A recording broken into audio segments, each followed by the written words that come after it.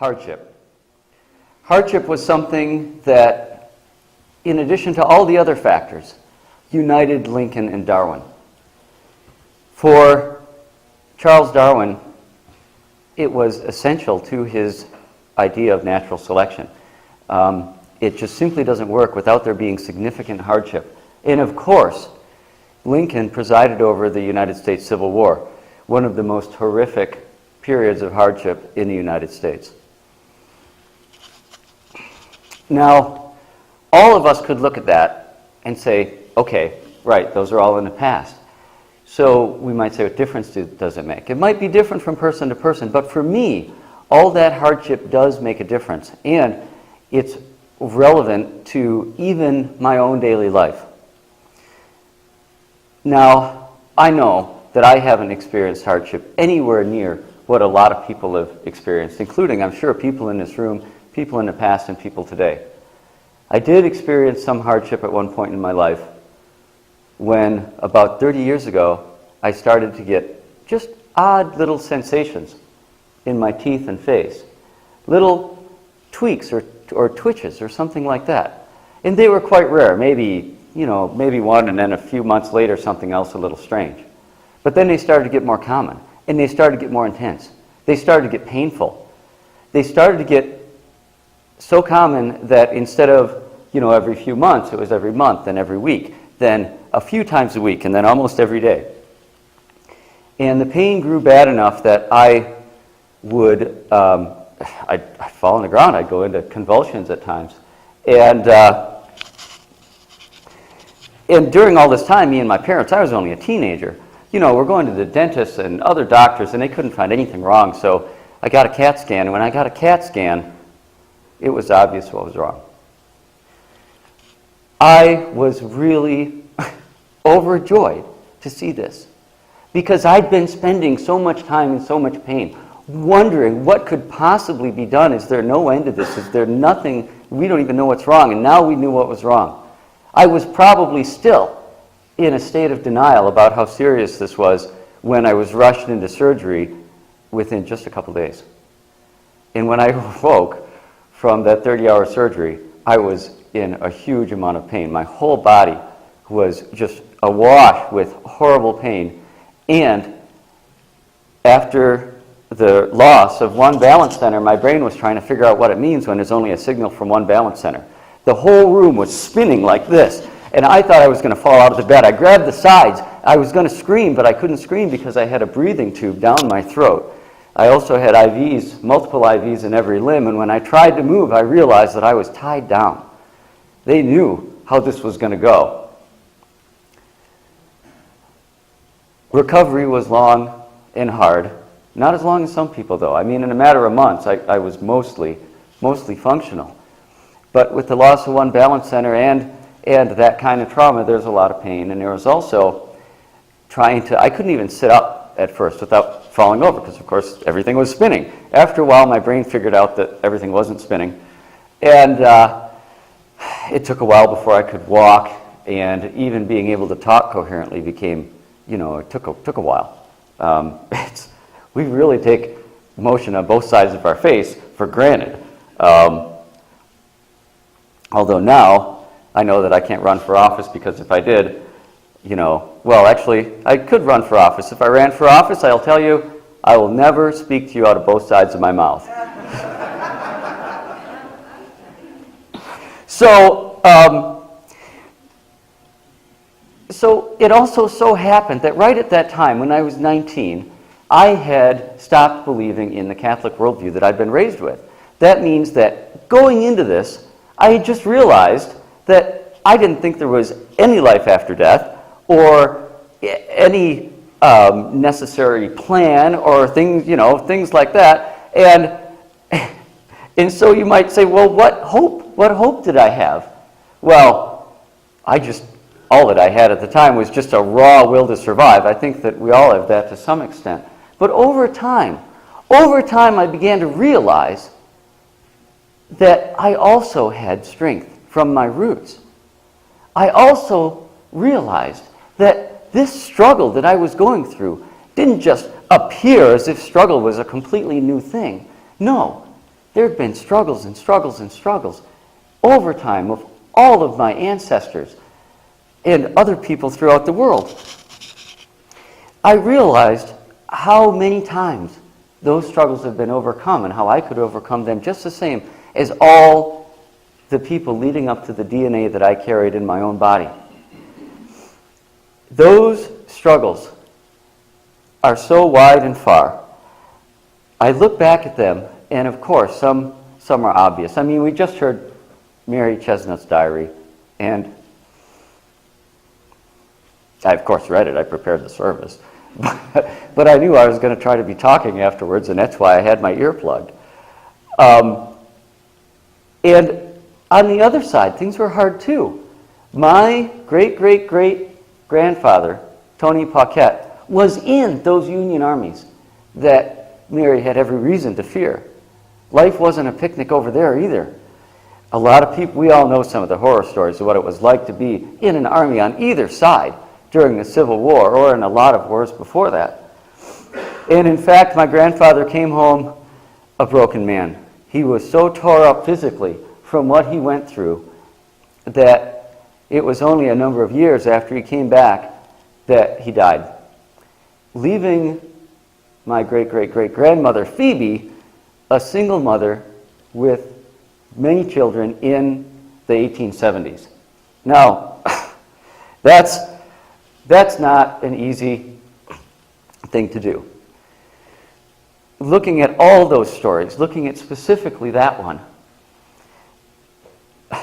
I think to myself, I recovered from my surgery in not that long. I mean, decently well after a year or two. And this is something for so many people that goes on and on and on. All of us have those roots. All of us have those stories. A lot of us have a lot of immigrants who fled horrific situations of famine, war, or who knows what else to get here. All of us have hunter-gatherers in our past.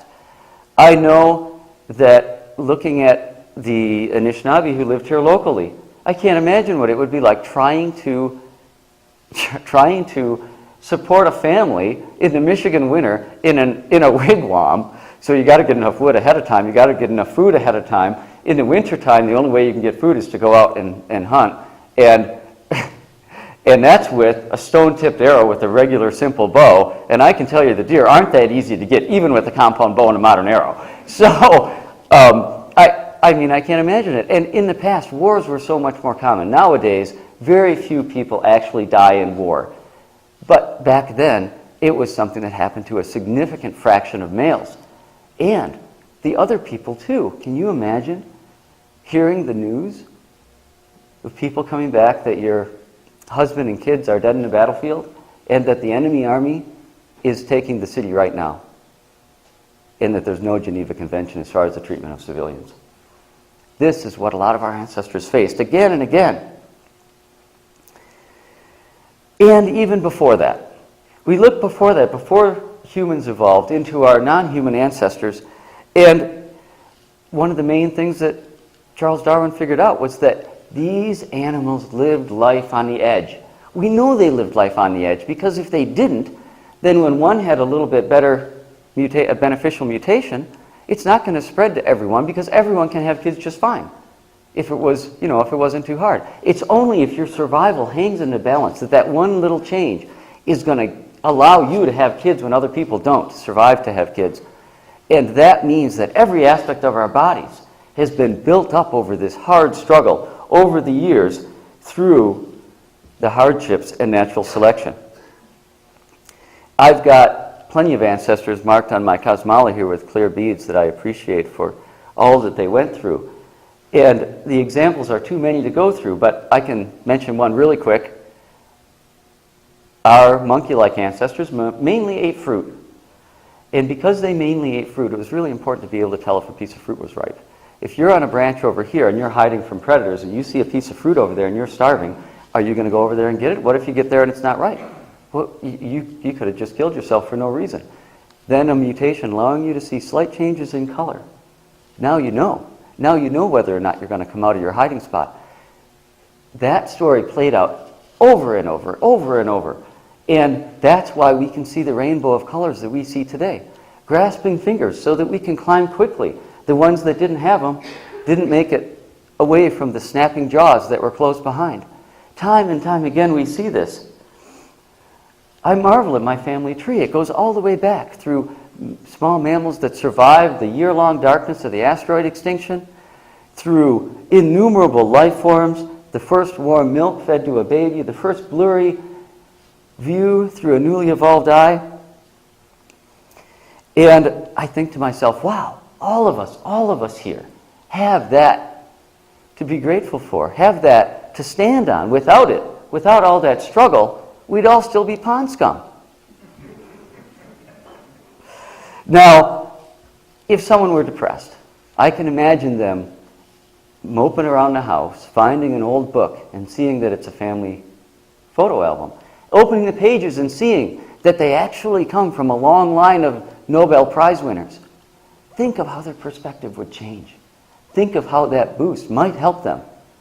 And we all here today are descended from a long line of noble creatures of every sort that surmounted challenges far beyond what most Nobel Prize winners face. Now, I don't know about you. You can decide if that means something to you. But for me, those individual threads form a thick rope of our powerful roots. A thick rope that when I don't feel very good, I know I can grab and hold on to. I know it'll be there. And the best thing about it is it's real. It's absolutely shown by evidence back in many different fields. We don't have to worry if it's actually true. It's as real as the muscle and bone that make us up. And indeed, it's in the DNA of those cells. And that goes farther. Those struggles go past the ones I just described, even to the past few hundred years with social justice work. And here I'm extending ancestor to mean ancestor of our culture, people who influenced our culture, not just biological ancestors. Can you imagine what it was like in 1809? It was obvious to everyone that white Christian males were better than everyone else, and that's the way it was. Of course, you could just look. That slavery was perfectly fine. A lot of people thought, there's no problem there, just look in the scripture.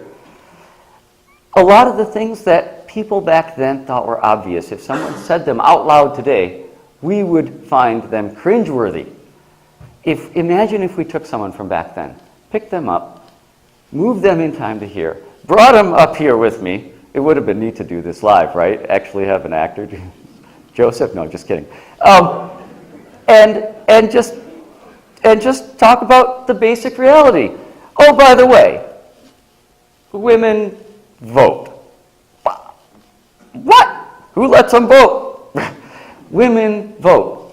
We don't have child labor. It's against the law to discriminate against someone. Back in 1809, you don't like someone because of what country they're from? Fire them. Tell them that's why. Call them any expletive you want, and that's tough, right? Unbelievable, some of the changes today. Today, it is illegal for a husband to rape his wife. It wasn't that long ago, 1970s, that those laws got passed. Before that, of course, if you go by the hierarchy that we looked at in the opening words, the women were the man's property. You can't steal your own property. since the time I've been alive, that changed. People used to, I'm not making this up, people used to torture animals for fun. I know a few do, but if you do it openly now, people don't just laugh and say, ha ha, you get in trouble for it. You can be openly atheist and be safe. You can be openly gay and be relatively safe. Back then, if you were openly gay, you were probably going to be killed. And now, can you imagine talking to this guy? Say, oh yeah, and by the way, openly gay people aren't just not killed, oh no, but they can get married legally. If we went through all these things, lynching, if we went through all these things, do you really think this person would believe us? We'd have to go and show him. Things have really changed that much. Now, all of those things were hard won through struggles of people like us fighting time and time and time again for social justice, often losing, often having no reason to think they were going to win, and the only thing they were going to accomplish was to destroy their own lives. And they still did it. And out of that, we have our world today. Lincoln, Darwin, many Unitarians in our history, and so many others have transformed our world. Now, I look at that and I say, with all that struggle, all that effort behind us, making us who we are and what we are today, I look to the next few years. Now, this last year was awful scary on a national leadership level, right? I look at that, and a lot of people might be very concerned. I'm very concerned.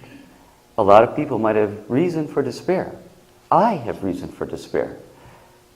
You, yourself, in the next few years, are going to feel frustrated at times. You're going to feel that despair. You're going to feel powerless and not know what to do. So am I. But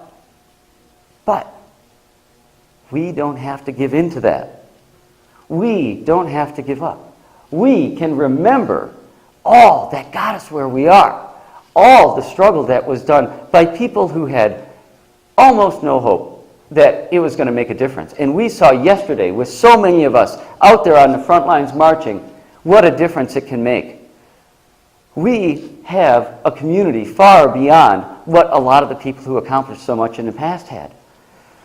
And for me, I can grab that thick rope of all this past struggle and hold on even when I'm feeling down. So standing on that mountain of successes, I invite you, if you'd like, to join me on a guided meditation.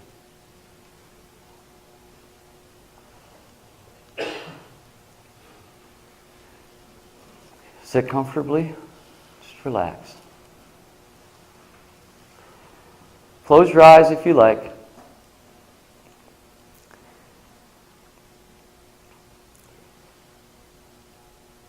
And think back.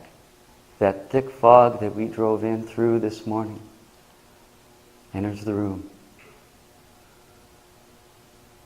We have a moment to think of this mountain of successes that we stand on. This mountain of successes back. This mountain of successes and struggles and hardships that make our world.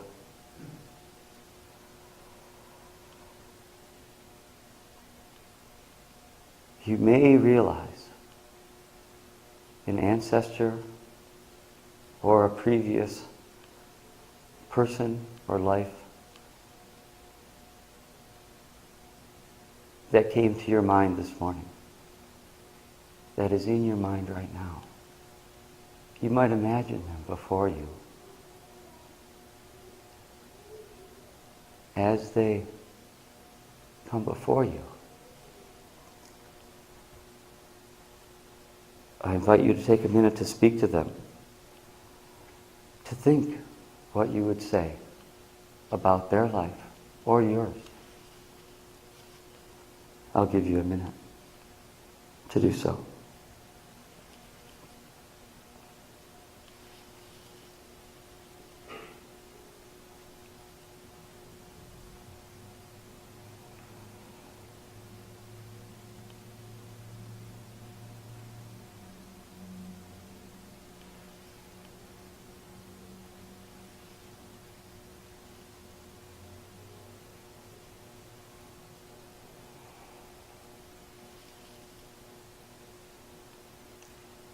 you see in their eyes that they heard you.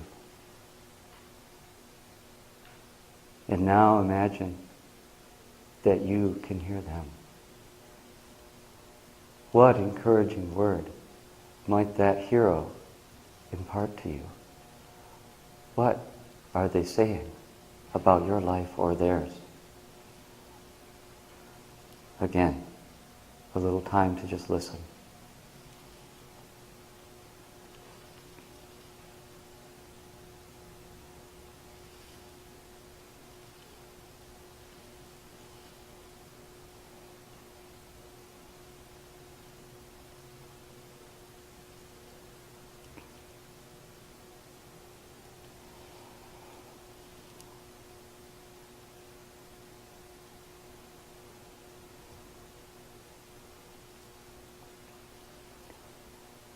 And now they begin to fade.